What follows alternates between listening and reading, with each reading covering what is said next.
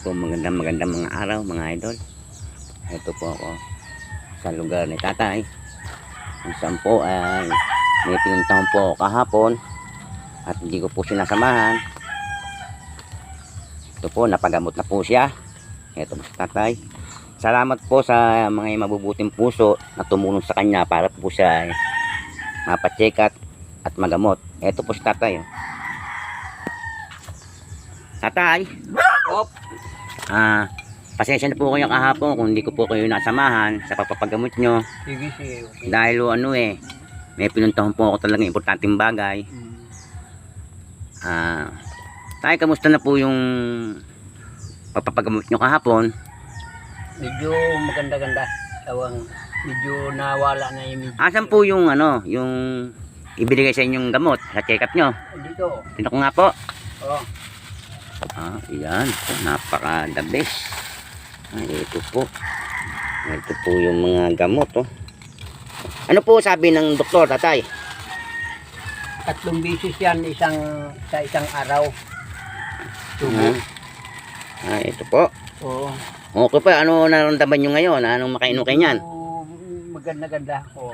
Ay po, atay, yung pong yung sugat nyo, tinak nga po. Kung nalagay niya, kung nagamot na po, tinak nga.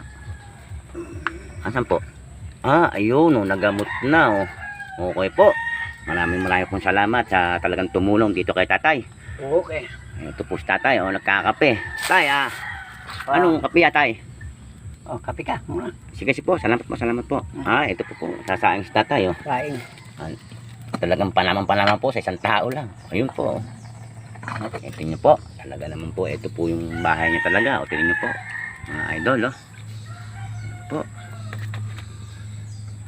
Tatay, may sinabi po sa akin ng shoutout po sa DSWD. Okay. At malapit na po kayong makauwi sa lugar nyo po. Kasi po, may nakontak na sa inyong pamilya. Mga kapatid nyo.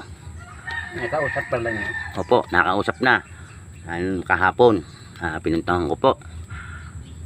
Shoutout po sa mga kapatid niya. Hintayin nyo na lang po ang pag-uwi ni tatay. Malapit na. Inuulit ko po, maraming pong salamat sa pagtulungan ng DSWD sa pamilya niya. Po. At siya nga pa pala po. Shoutout po kay Madam Jessica Soho. Baka naman po matulungan si tatay na meron siyang pang-uwi sa kanilang lugar dyan po sa Bisaya. Inuulit ko po, shoutout po kay Madam Jessica Soho at kay Idol Rapid Tulpo. Sana po ay matulungan si tatay sa kanyang pag-uwi.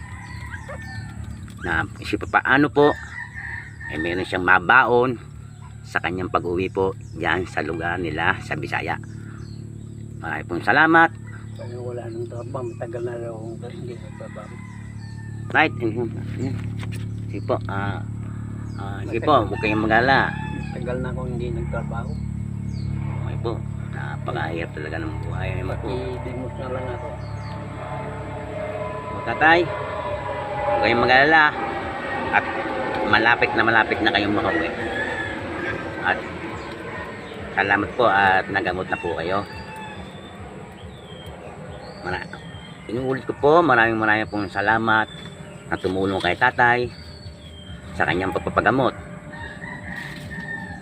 Isa kayong may mabuting puso po.